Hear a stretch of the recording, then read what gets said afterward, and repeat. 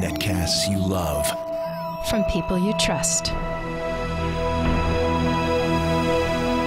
This is Twit. Bandwidth for Ham Nation is provided by Cachefly at CACHEFLY.com.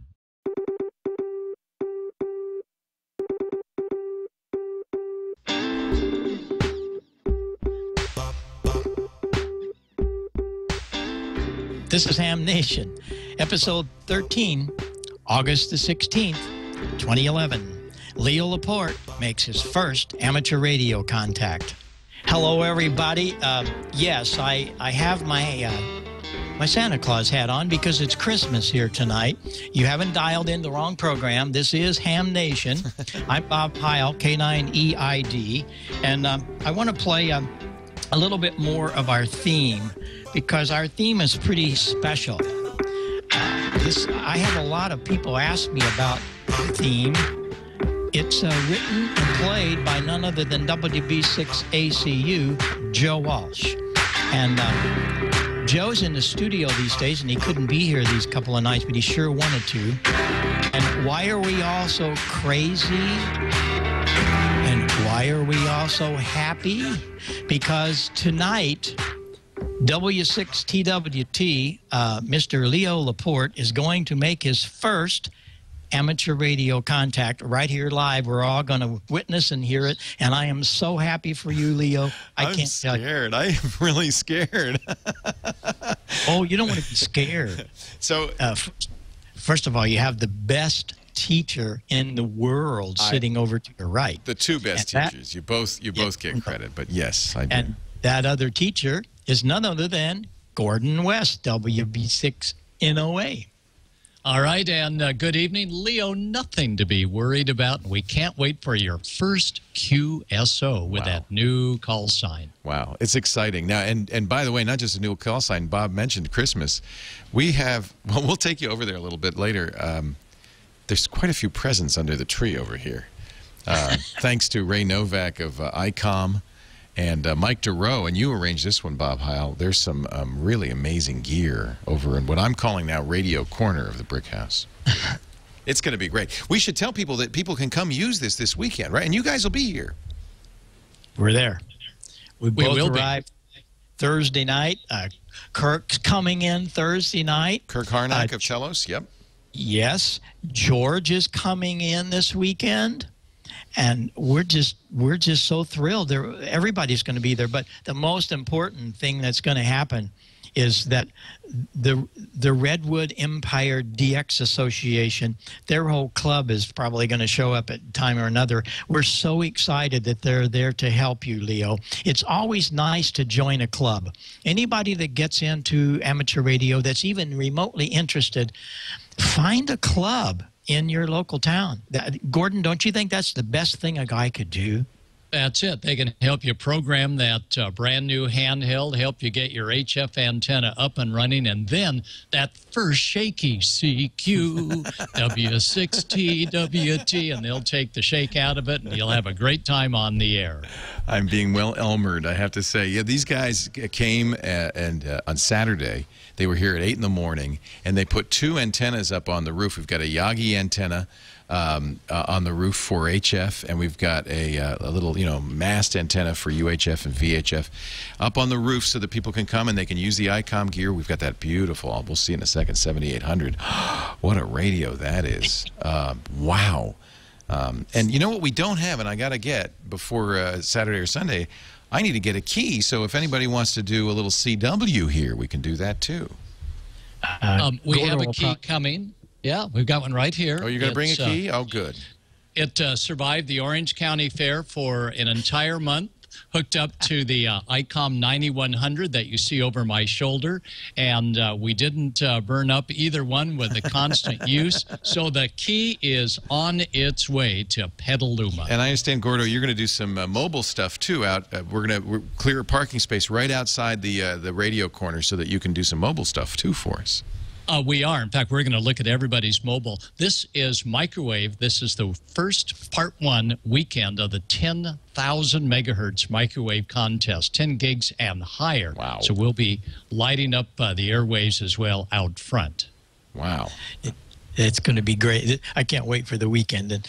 But I'm just so excited for you because I know you've been wanting to do this for a long time.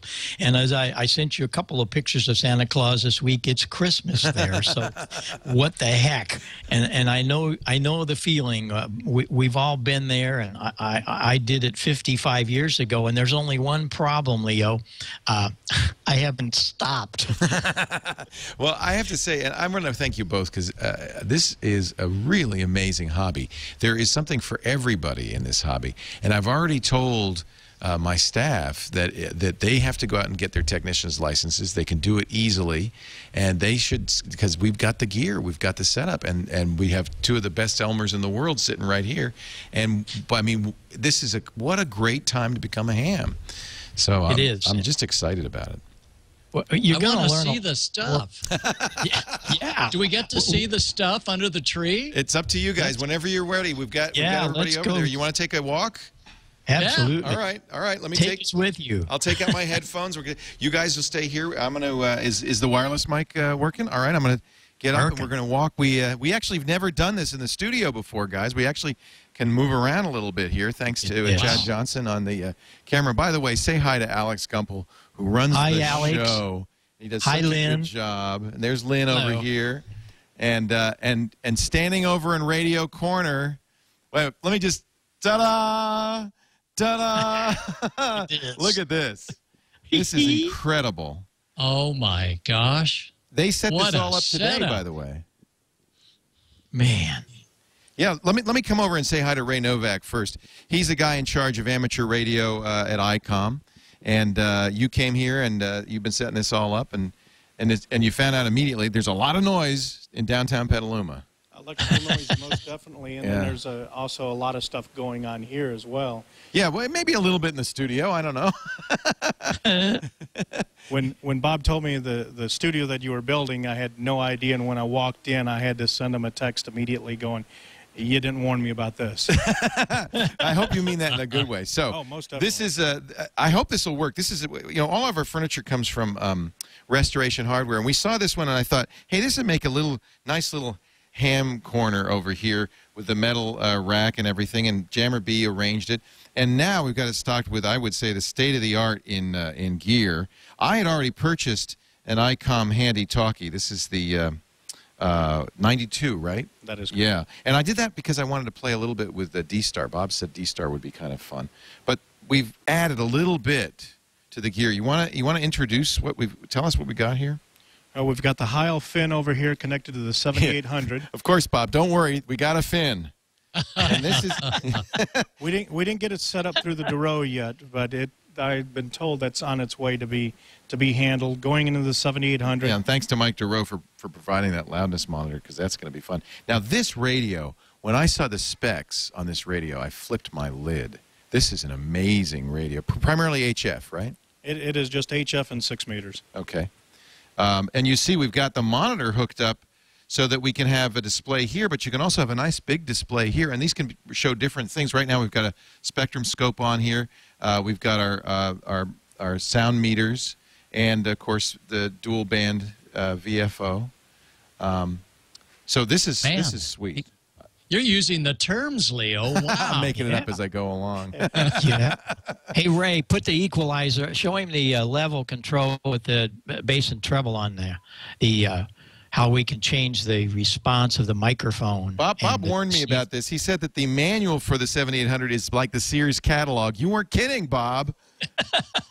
I got to learn all this. But this is what's fun about getting a radio like this, besides the fact that, I mean, this is the best thing ever, is that I will never run out of things to learn. I mean, this is just kind of an endless array of amazing things in here. Well, sophisticated technology. We do have a weekend program that you're more than welcome to. I might do that. I would like to do that. It's where we put you in our booth at Dayton with the manual in one hand and the radio's right next to you, and I can guarantee you by the end of the weekend you'll know how to operate the radio. I'd like to do that. Now, of course, you realize that for most of this I need to get my general, and I'm going to take that test on Friday. With any luck, I'll be able to use this weekend. Well, you can a little bit on 10 meters. Are we going to use that today? Is that what we're going to use? Yes, we're going to use that. But Bob wanted me to bring up, this is how we can set up for each of your modes the bass and treble level. And because of Bill and my voice being a little bit deeper, we had to cut back a little bit of the bass and boost up the treble a little bit. So you'll punch through and be clear and easy to understand. Most definitely. And then you've got AM, FM,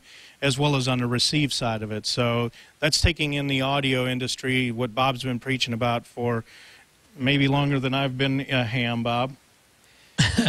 Well, it's just the science of it, the way our ears work. We want to hear that mid-range. And finally, ICOM some years ago said, yeah, we're going to put it in there. And they were the first ones to do that. So we have level controls just like in your console, Leo. You can dial up the treble and bass on all the modes and the receiver. It's really super. Now, we've attached the one of the Heil push-to-talk hand devices. You sent me both the foot pedal and the hand device, but today we're going to use the trigger here like this for the push to talk. I call that my Magnum 45 push to talk switch. All right, Leo, time to make that first contact. No, not yet. We got more to look at. Then I will. Okay, just a little bit more. This is the 9100 down here. Now tell me a little bit about the 9100. Well, the 9100, why we sent it down is you've got HF and 6 covered by the 7800. Nothing comes close to it. Then we figured, since a couple weeks ago, you guys were talking about satellite. Well, the 9100 will be your satellite radio, and Gordo will talk to you about EME, meteor scatter, moon bounce. You can do that with this radio as well. What fun. That's going to be really fun. So when you really want to get real techie and geek out on ham radio, you can do it on some of the meteor scatter. I also got on D-Star, signed up for D-Star today. Yes. Thanks to you. And was it Mike that we were talking to? We were actually talking to Mark, KJ4VO out of Atlanta, Georgia. By the way, Ray, your call sign? November 9, Juliet Alpha. I got to remember to ask people their call signs. So this is a portable unit, the 2820, but I love this. It's got a magnetic front plate so you can take it with you in your car, right? And thieves don't see it. But it just happens to work really nicely right here on our sticks in real well. So the 2820 and the base unit's right down there. This is a UHF VHF? It is a dual band mobile. Okay. And it has D-Star as well. Yes, it does. Great. All right. I guess I probably should do a QSO here, huh? Leo, you got to make that call, buddy. Somebody's calling me already. All right, now what do I do? Okay, you guys, I'm going to sit down. Oh, man. And I got the push-to-talk thing. I don't even know what I do. Do I have to go to a frequency, right, and listen, right? Yes, That's sir. right. Got a clear Listen frequency first. for us? Then you'd key the push-to-talk. So we're going to be on 28.395. Is that right? Okay, that's the 10-meter band. Yes. And I'm allowed to use that as a technician because I'm still not a general. All right. Looking at the ICOM band plan that Gordo sent to you, right here in the blue line from 28.3 to 28.5. Great. And we're a little below 28.5, so I know this radio is right on, but just in case, we don't want to slop over into the general. All right. Now I push to talk, and I'm going to say my calls. Is a frequency clear? Is a frequency in use? Is this frequency in use? Wow, good job. And then I Good will one. see if anybody comes back, right? That is correct. Nobody came No, back? that's good. Nope, Sounds pretty clear. You need to call CQ. CQ10. That's it? CQ10, CQ10 in your call sign. CQ10, CQ10. This is W6TWT doing my first QSO. Over. Whiskey 6 Tango, Whiskey Tango. This is Kilo Echo 6 Lima Papa Oscar. Kilo 6 Lima Papa Oscar. This is W6TWT. Hello. Yeah, the call is Kilowatt Echo 6 Lima Papa Oscar. The name is Matt, Mike Alpha Tango Tango, and we're presently mobile in Petaluma, California. Well, no wonder you sound so good, Matt. You're just down the road. Very good.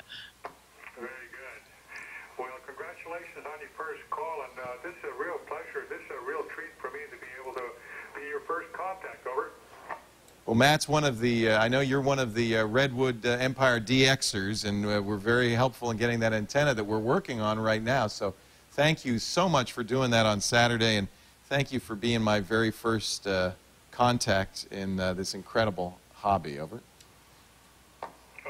It's an incredible hobby. You got that part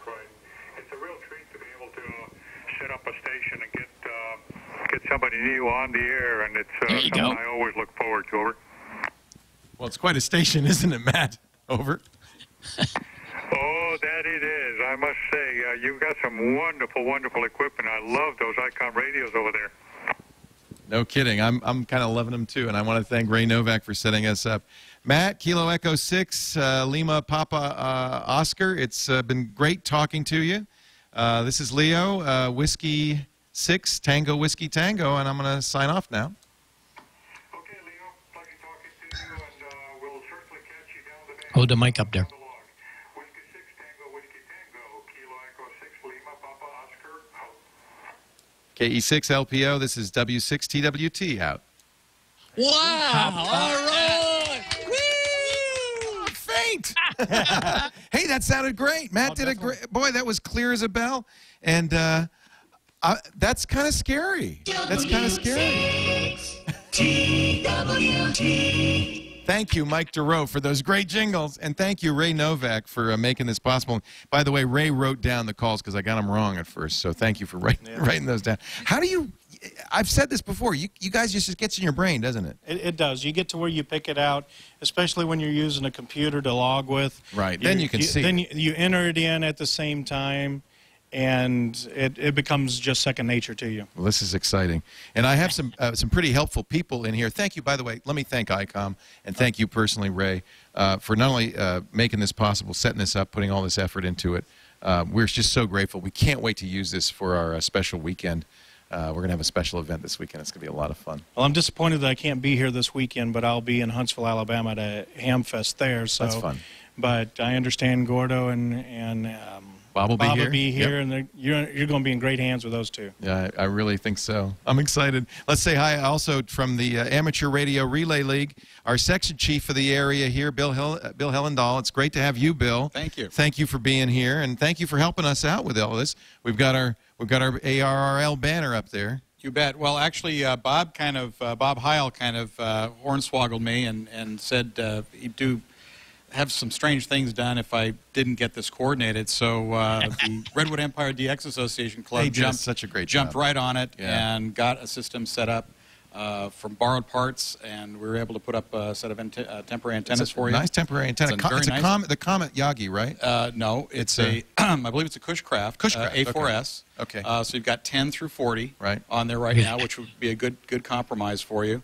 And then a little vertical that Comet donated. That's the Comet. Okay. The little Comet vertical right now. That's just temporary because they didn't have a bigger one. Right. That they could ship ship I think immediately. we're going to get a step IR up there at some point. Well, that's what we're talking. Our little team, after we get done with this, we're going to help you design and get through the permitting process here in Petaluma. Well, we are. Which won't be great. It's fine. We're in the historic area, so and we want to put it on the roof.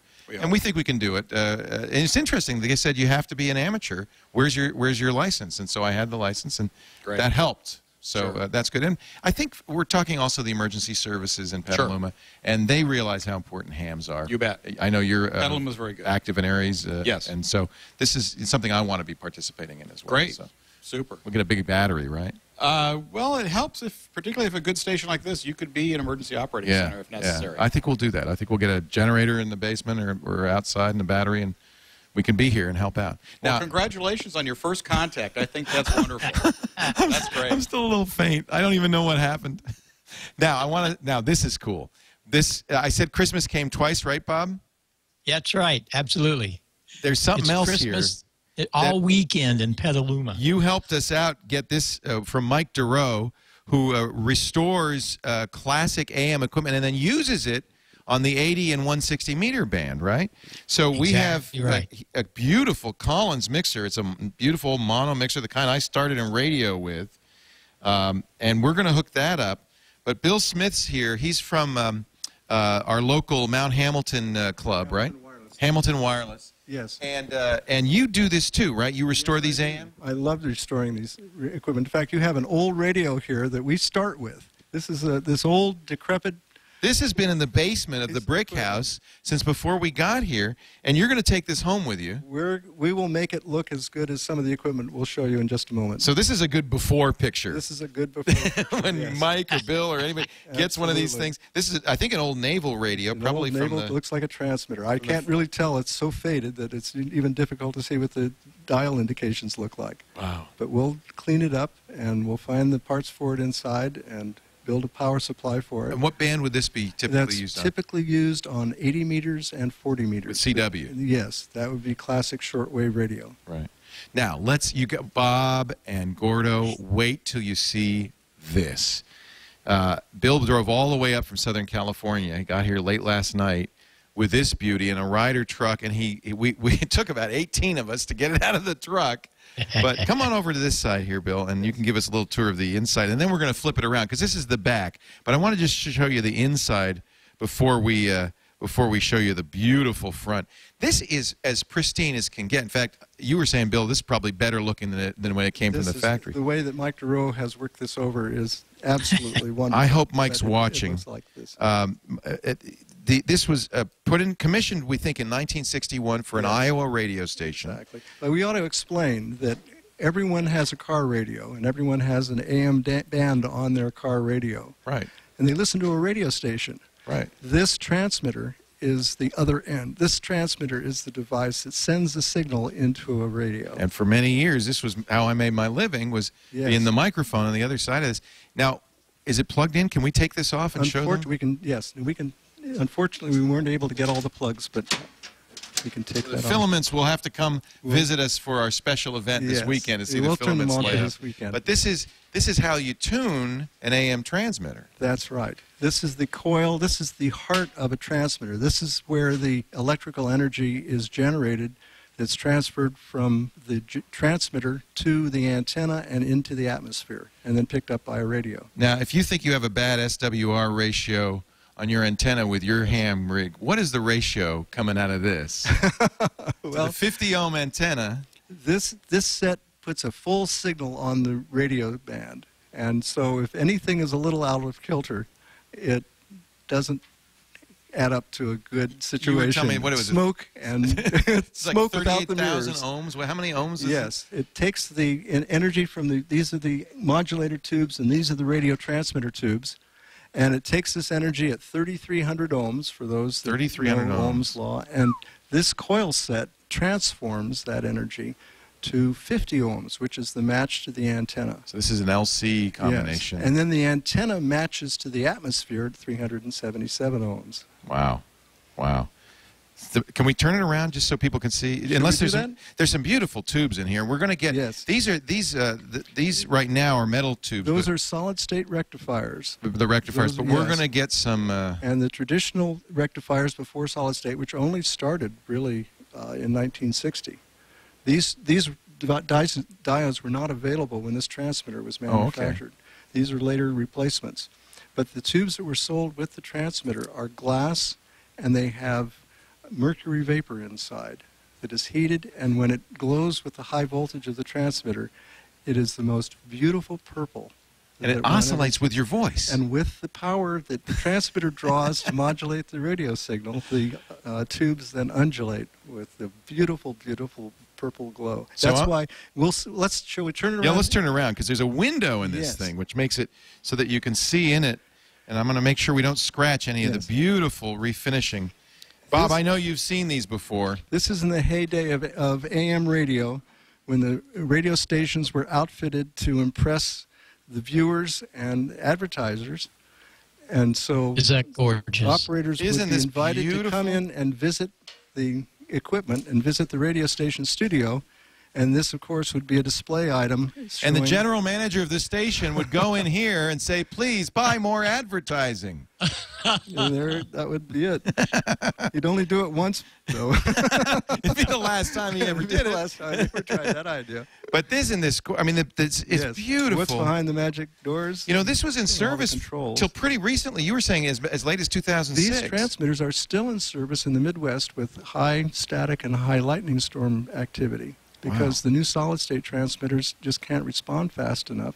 And the circuits in this are simple and the transmitter simply shuts off when a lightning strike hits it, and then turns right back on again. The way you tune those coils up that we just looked at is with these mechanical dials. Yes. And it literally is mechanical, isn't it? Yes, absolutely. There are chains back there to control the various movements of the parts in the back. It's really incredible. I hope to be broadcasting on this thing. I have to get my general ticket first, I think. Yes, this you need a general ticket for. It's actually, if we had the plug to plug it into the wall, we have the cable. We'll light it up later. That's fine. But it's ready to go. Hey, I can't thank you enough, Bill, for bringing this, and thanks to Mike DeRoe. Yes. And who else helped him? Was it Dave Jennings? Dave Jennings. Yeah. Dave. Boy, and thank you, Bob Heil, and Bob Heil, of for course, convincing me to get this. This, I mean, folks, is that not the most beautiful radio corner you've ever seen? Let me put the front panel on so that you can see. Isn't By that the way, incredible? Leo, we should mention that your console behind you, that console, they wanted that kind of console, and Mike couldn't come up with one that he could restore real fast. David Jennings, who was on our very first show, if you remember, he and Joe opened Ham Nation. Yep. And David Jennings took that from his own station. And he's building another one. Mike is building him another one. They probably have it done now, but that actually is all restored and working. And David did that. And David, I can't thank you enough. And I have to say, I mean, the generosity of everybody, starting with you and Gordo, and then to the Redwood Empire DXers. To Ray Novak of ICOM, I mean, Bill and Bill, it's been incredible. So, one thing I've learned for sure is that hams are the nicest people. I really am having a blast. Well, thank you, Dave. I didn't know that David did that. That's a beautiful console. David is a great video engineer. He and his wife are both incredible engineers, and he knew that you wanted that console, so you got it. I told you, it's Christmas in Petaluma this weekend. I can't. I'm just so touched. I don't know how to say how lucky I feel. Well, we're going to try to do everything we can to promote this great hobby, and I'm just really thrilled to be a part of it now. And I've made my first call. There you go. That is great. How about that, Gordon? Was that cool or what? That was great. And now we're going to bring on Shorty in just a moment, and we'll be talking with Shorty, I'm sure, when we're all up there in Petaluma this coming weekend. So I'll turn it back to you, Bob, and see if we can turn the switches, Leo, and bring on another broadcaster, and that is Shorty of the WIN system. Yeah, you know, one thing we should talk about or mention, we get so many emails between George and Gordon and I. We get lots of them. One of them I thought I should bring to light because I think this really has a lot to do with what we're talking about tonight. A guy by the name of Lion Brimmer sent me a note. He got us an ICOM 745 from an estate or somewhere, and he wanted to know if it was legal to turn it on and listen. And of course it is. You can listen as much as you want, anywhere you want. 1934 Communications Act of the FCC says if it falls in your backyard, it's yours. You can listen. So get those radios out and start listening. And what you just saw, that beautiful Collins transmitter, you'll hear a lot of them on 3870, 3870.870. Any of those? 3870, 3880, and 3885 is where most of the AM activity is on 75 meters. And you'll hear a lot of good AM. It's in the sideband is up and down. Now, next week, we're going to get into this whole thing, Leo. We're actually going to take a transmitter, and I'm going to put it on the air here and show you all the differences between AM, FM, sideband. I think it's time that we do that, but that's all later. We got a big Christmas party to put together here. This is amazing. I wanted to make light that it is just proper and legal to listen anywhere. And boy, they're going to hear you. Let me tell you, that was great. I think I'll be doing a lot of listening at first. I think that's kind of what my natural inclination is just to kind of get to know what's going on. That's one of the things I love about Gordo's CDs, and I've really learned a lot from you, Gordo, is you play a lot of audio. So I kind of have heard a lot of stuff ahead of time, and that really helps. Great. Yeah. Well, that's super. And by the way, I know it's not broadcasting. Everybody I keep saying broadcasting. That's an old bad habit. What should I say? It's not broadcasting. It's one-to-one, right? What do you call it? Well, when you got 4 or 5 or 6 or 8 or 10 guys all on a round table, sometimes it is broadcasting. I'll say transmitting. How about that? Or rag chewing. How about that? Yeah. That's what happens. That's for sure. Well, talking about round tables, we got a guy coming on here. Shorty is quite a person. We'll hear a lot about this system, but I want to tell you just one little piece that I've learned this week about his system. It's called the Western Intertie Network, WIN system. And this guy has tied our old school radios with the internet, Leo. And he's got computers and all kinds of radios, 2-meter, 440, all tied together around the globe. Wow. So you're going to be able to pick up your handy-talkie and talk to somebody in Australia. The other night, I picked up my handy-talkie here and talked to a guy in England. And it happened, I go into a radio here.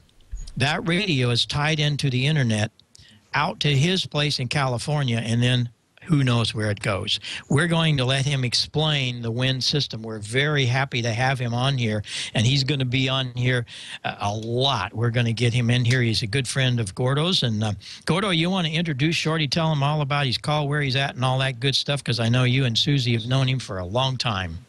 Well, Susie's right here, and she says, great. Susan, Shorty's wife, and Shorty have been hams for, well, they'll tell you how many years. But what a thrill that they've been able to bring to brand new radio operators who pick up a radio, sign on to the WIN system, and make that call and end up in Ketchikan, Alaska, or Ian in England, or maybe down under. So, Shorty, say hi to everybody out here in Radio Land, and we're hanging on every word that you and Susan have to say. Shorty? Oh, thanks a lot, Gordo. You know, no pressure, right? You know, just howdy. Okay, well, thank you, and welcome to everybody. This is my bride, Susan. Hi, everybody. I'm Susan, K6SLS. And hello, Susan. Hello, Shorty. Hello. Nice to see you. Well, it's great to be here. And that stands for Susan Loves Shorty, if you want to know what SLS stands for. First thing I'd like to say is, Leo, Merry Christmas. Thank you.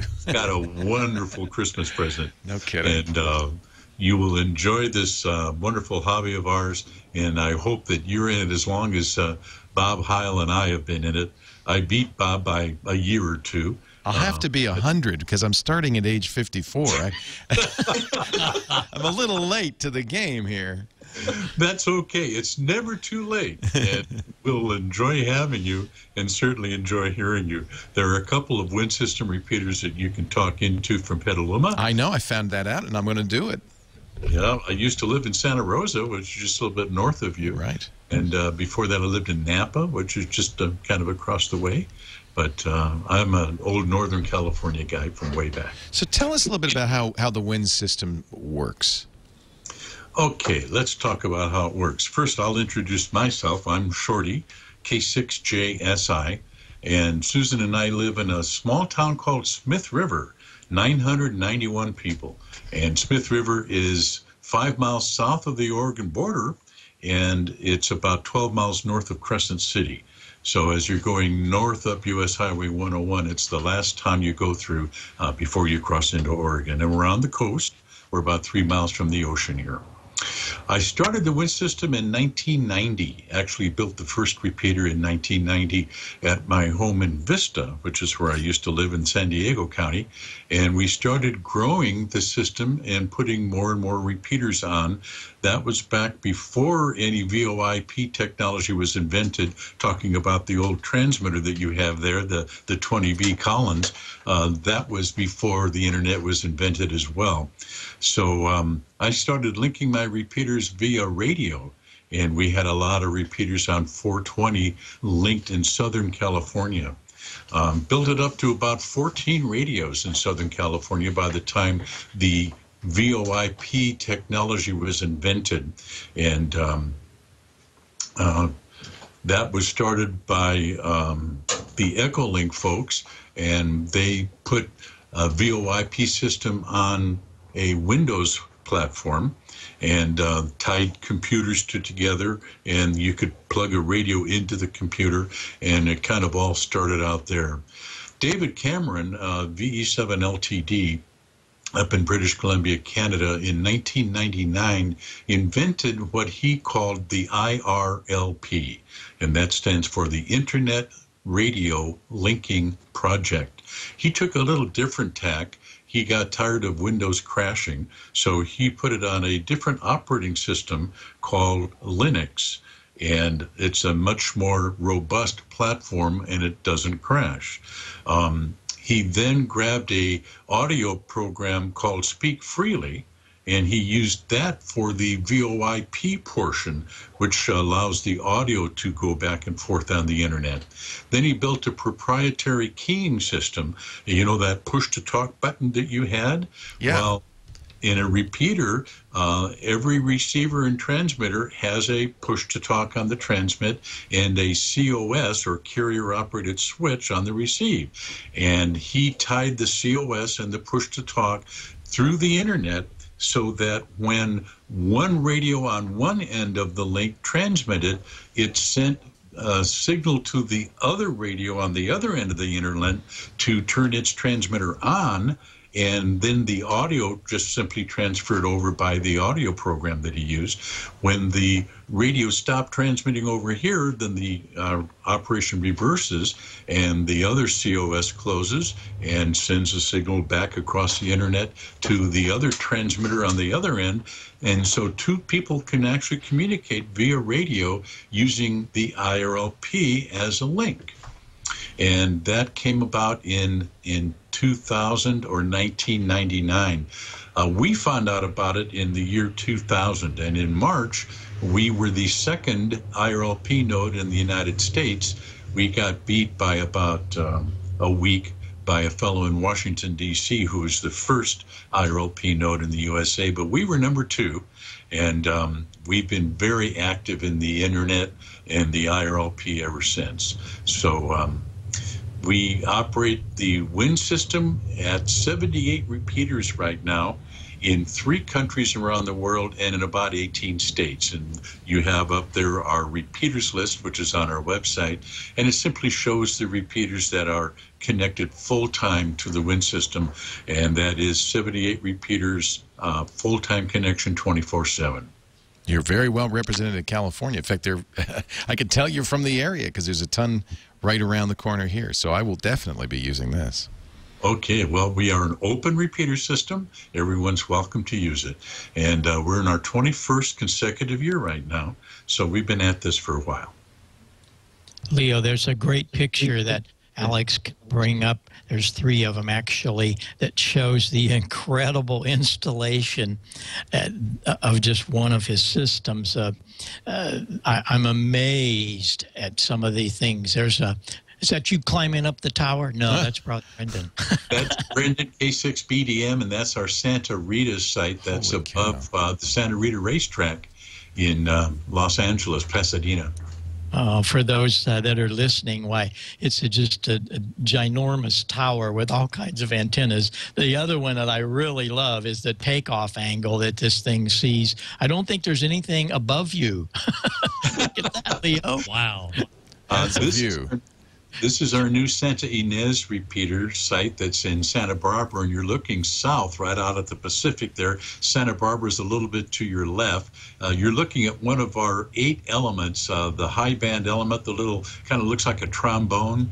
That is a 2-meter 145.200 is our frequency there, and that's a 2-meter antenna. We actually have 8 dipoles instead of the normal 4. It's a monster antenna, 44 feet long, and it's on the top of a 100-foot tower, which is on top of a 4,300-foot mountain. So it's up in the air. That was a beautiful shot. And then the last one that I picked out was this one where it just shows all these antennas on this tower. And Leo, I don't think you and I will ever get to this point, but we won't ever have repeaters like this either, but we can use the wind system. How cool is that? Well, that's Gordo? what's great about it. Yeah, you get to use it, so it's as if it was yours, right? That picture, actually, if you can go back to that picture, if it's not too hard to do, that's the tower at Santa Ynez, and there are 2 people in the middle of the tower there, kind of in the middle of the picture. That's the 60th level. And our antenna's on the right, it's the vertical pipe to the right of the tower itself, and it goes up. The other cross arm is at 80 feet, and then the top cross arm is at 100 feet, and there's another climber at the top at the 100-foot level, and there's 2 climbers up there, and they're installing our antenna that went up 2 Sundays ago. So, yeah, there it is.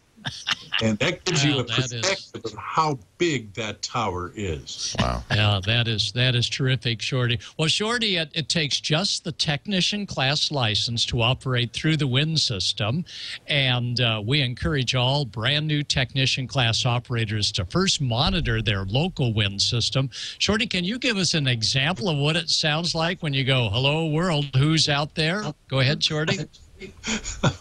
Sure. We did a demonstration, and Gordo, you asked for demonstrations at many of your training classes, which, by the way, are fabulous. And we did a demonstration last week, and we sent a file to you guys, so you have it. It runs 1:15, and you can just listen to people check in. What happens is someone asks for a wind system demonstration, and what we do is people simply come on the air with their name and their call sign and their location. So here you go. Why don't we do a wind system demo? What we ask folks to do is sign up, with their call sign and location, and have a wind system demonstration. Woohoo! 5ZUA, Houston. EPZ Vista. 5WLC, Arizona. N6WI, Berryville, Arkansas. Wow. Back down to Plantation, Florida. K6UFX, Gulf Oceanside. AI6MEH, Lomita, California. Good evening. It's Ron, WB6IAG in Paradise, Northern California. K6TZ, Santa Barbara, California. K6IHQ, Costa Mesa, California. K84JMV, Naples, Florida. NL7MJ Mike in Anchorage, Alaska on a handheld. Whoa! This is Victor Echo 3, Juliet India Whiskey, Jim. Gravenhurst, Ontario, Canada, 100 miles north of Lake Ontario. Whoa! That was an extraordinary demonstration. I think that gives you an idea of the wind system. Our website is windsystem.org. You know what? Why don't we do a wind system demo? What we ask folks to do is I think it's looping now. You know what, Shorty, that is remarkable about that is how little latency there is there. It seems like it's almost instant. Yeah, the repeater system itself is full duplex. Our backbone runs another VoIP system called Asterisk, and that Asterisk backbone is full duplex. So when one person is talking in Southern California and one person's in Northern California, say, they're full duplex. If they're running 2 radios with maybe an earphone in one ear, they can talk back and forth just like on a telephone. Yeah, no, I noticed that, and I'm familiar with Asterisk. In fact, I'm familiar with the digital side of what you're doing, and I think it's interesting though that you the transition from the analog radio through the repeater into the internet and back out again seems like it's very quick. You don't get a lot of latency. No, there isn't. The only latency you really have is in the D to A and A to D converters, and they are very quick. They're quick. 100 milliseconds tops. Right. And then you have some latency in the internet itself, maybe another 150 milliseconds. So there is a little bit of latency, but not that much. And we're using a high sampling rate, 16-bit audio, same thing as you are using here on Skype. So yeah, it sounds like FM. It sounds great. Pretty good audio. What we have to do is we've got to get this rigged up here when we all get the time in the next month or so. We'll have Shorty back on, and I'll get my little handy-dandy talkie here in Illinois, and Gordo will get his handy-dandy talkie in Southern California, and Leo will get his going in Petaluma. And we'll all talk together, and then Shorty will come in and tell us what we did wrong. That would be cool, wouldn't it? Well, you can't miss every episode of Ham Nation, because you don't know what's going to happen, because we don't know what's going to happen. But I guarantee you one thing: we're going to have fun at it, and it's all because of ham radio. What a great hobby! And we just exploded this thing today with one super person becoming a ham radio operator, and we're really excited about it for you. And I'm more excited for the entire fraternity that we have. Leo Laporte, W6TWT, ready to join in on the wind system, on the Stand AM. by, listening folk, for the first time on Radio Anywheres.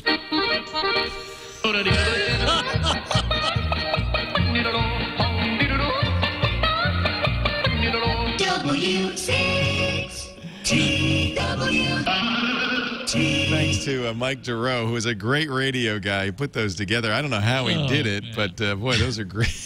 Now I know I can't use them on the transmitting on the ham bands, but I can use them here. We can use them here. You better believe it. Shorty, thank you very much for coming and explaining a little bit. We're going to get more into it on future shows, but it's so nice to have you on the wind system here on Ham Nation, and especially on this very special Christmas night on the Ham Nation when Leo makes his first contact. That was really cool. So thanks for being here. That's great. Thanks, Shorty. 73. And did you notice, Leo? He's got one of those monster transmitters behind him. Also, I did, yeah, I sure did. Yeah. And you know what's neat? I mean, he was in Alaska. That's great quality camera, great quality picture we were getting from him. I tell you. Well, we'll get this all cooking and get him on here another time when we can really make it all work, and we'll have a lot more fun with when the next time they're on. Well, it's a great introduction. Yeah, I'm glad to learn about it. Yeah. Well, there's so many facets to ham radio. You heard a little bit about amateur television. You probably didn't think about that last week.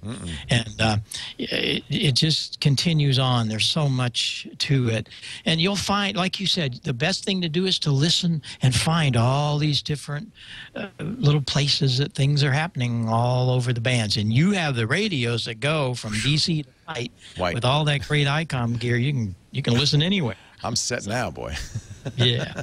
But you know what you gotta do one of these days, and you'll get the time to do that. We're going to get George up here, and George is going to show you one of the most valuable things in ham radio. At least it was to me. I know it was to Gordo in the early days, where we'd see somebody throw out an old television. You know, they'd set it out on the curb for the trash man to take away.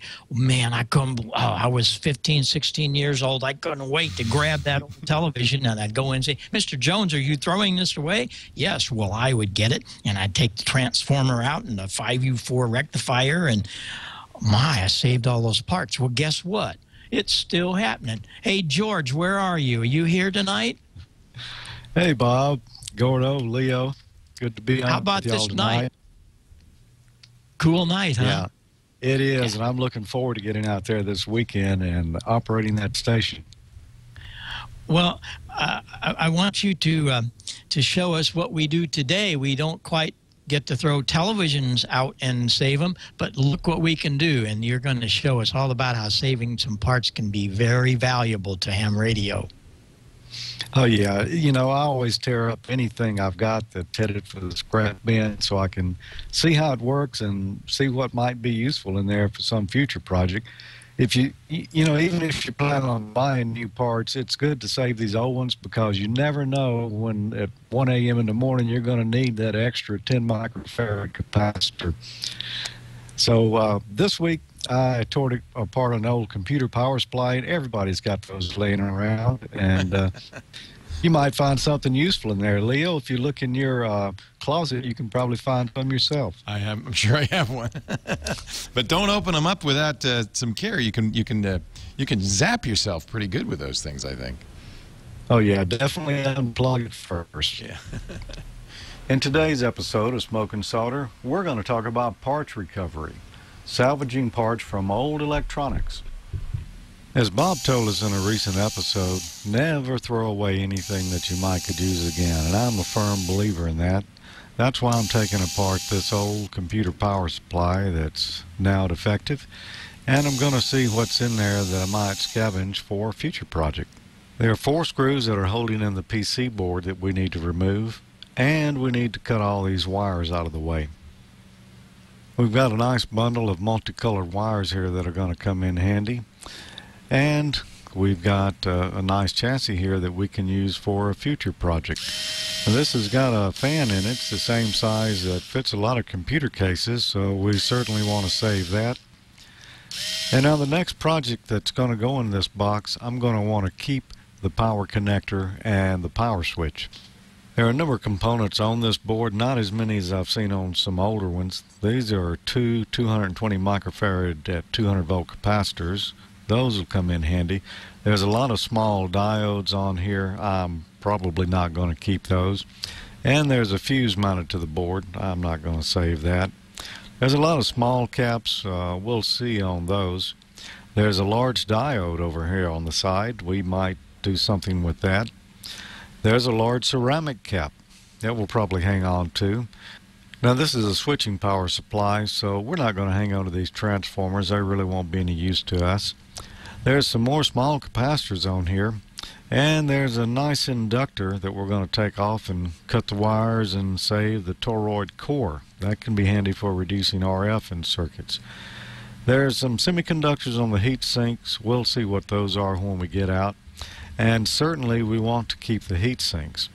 Now for this salvage job, I'm going to want a little bigger tip than I normally use on PC board work, so I'll take out my small tip, and we're going to put a medium-sized chisel tip in there, and I believe that'll work just fine.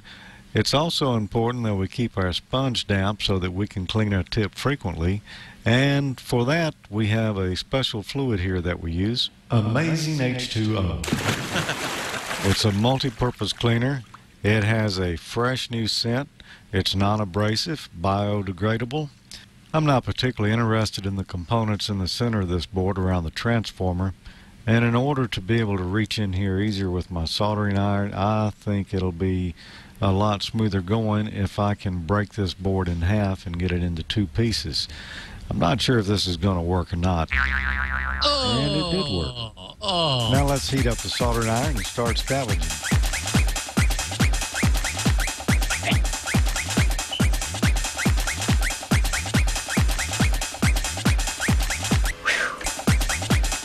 Scrounging at its best.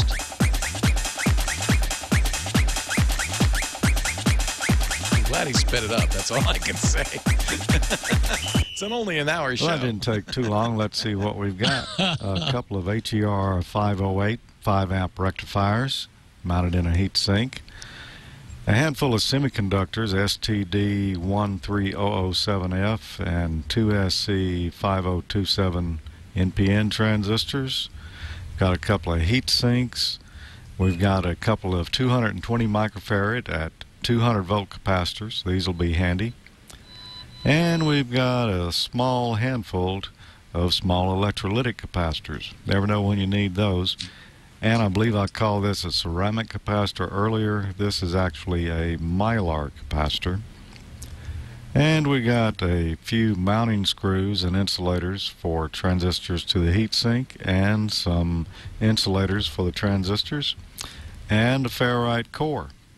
So not too bad a haul. That's that many fewer parts in the landfill and that many more in our parts cabinet. I grew up in the country near a small town, and there were no electronic parts stores within 50 miles. So I got in the habit of tearing up old electronics that we were going to throw away to see what made them tick, and also to get me a nice supply of parts. I even tore open some of the parts to see what they were made out of. It was a lot of fun. So today I'm still in the habit. When I'm going to throw away some old electronic item, I'll tear in there to see what's going on and to see if there's any good parts that I might want. As you saw today, I scavenged several parts out of this old power supply. I'll probably use some of them. Now, those real small capacitors, I may not use those, but I'm going to put them in the parts cabinet anyway, because you never know when you're going to use your last 1 microfarad capacitor and you need just one more to finish off that project. Now, my friend Jim, N5SPE, he's one of my co-hosts on AmateurLogic.tv.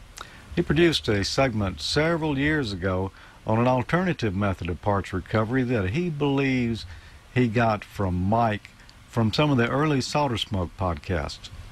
Basically what it consists of, or what we're talking about doing here, is taking this propane torch that you see, firing it up, putting it to the back of this printed circuit board that has a lot of capacitors, resistors, inductors, and heating up the back really good. Oh my goodness. Heat things as evenly as possible. A special disclaimer for this show. Over the back, and that's one reason we started out with a small board. This man is a trained lunatic. Maybe if we add a little more flame. They're just going to I melt. don't mind telling you I'm a little bit nervous when it comes to the thunking against the box part. I can smell the smoke from here. I don't think parts are going to go flying everywhere. Okay. I'm starting to hear cracking noises from the board. It's his chair on fire. That's not a good thing. He just dropped some on the I'm thinking down maybe on I the floor. should be wearing some kind of protective eye shielding. But Never she's wear not. shorts. Okay, here we go. Oh, starting to emit things from the board. I heard something come off. It's in your lap. A transistor and a capacitor. Yeah, Dear, oh that's why he dear, oh jumped. dear. I didn't hit it very hard. Let's see. I saw some solder go flying, but I didn't hear any parts come off. Not spectacular results. I would say that's about as good as we're going to do without catching things on Got all fire. his fingers left. And we netted a transistor and a capacitor. Now, round 2, okay, I see some parts that are really loose. Oh, yeah.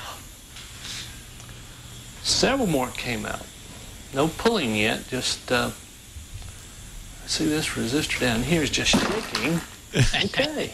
He's doing this in shorts, too, I want to point You did out. better that time. Yeah. So maybe we were expecting results too fast. Your temperature's about right for part recovery. Move quick and you can get a lot of things. Voltage regulators, power resistors. Yeah. Transistors? Okay, he's really trying to get me. Hang down right in the chair there. The banging against the desk or the box is effective. Oh, my. But I think more effective is, He's left the is a torch little on. tugging on the larger parts, larger pieces.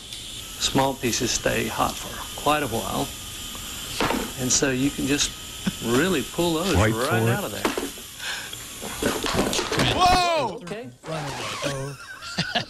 Boys and girls, don't try this at home. Jim provides a lot of comic relief with some of the unexpected things he gets into. We got to say, don't do that. This is not a demonstration of something you should do. And actually, I think we probably should say, George, that it is dangerous to open a power supply. Those caps could have juice in them still, right? If it's been sitting around a long time, it's probably discharged. But yeah, anything that's been energized in the recent past could have some charge left on the larger capacitors. What you can do is take a screwdriver and short across the 2 legs of the capacitor, and you'll get a nice little spark from that. And you may see something about that next week. Oh boy. Be a little careful with it. You're right, with the recently used power supply. Heed that warning on the side that says could electrocute you if you open it up. Thanks, George.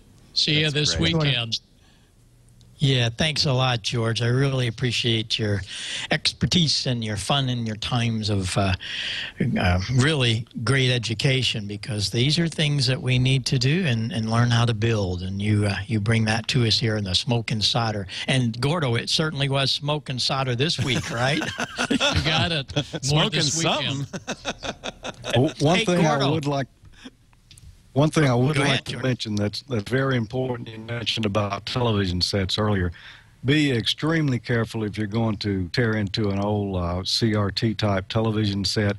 Not only do the capacitors hold charges in there, also the picture chip can hold a tremendous charge. So probably better stay away from that unless you know what you're doing.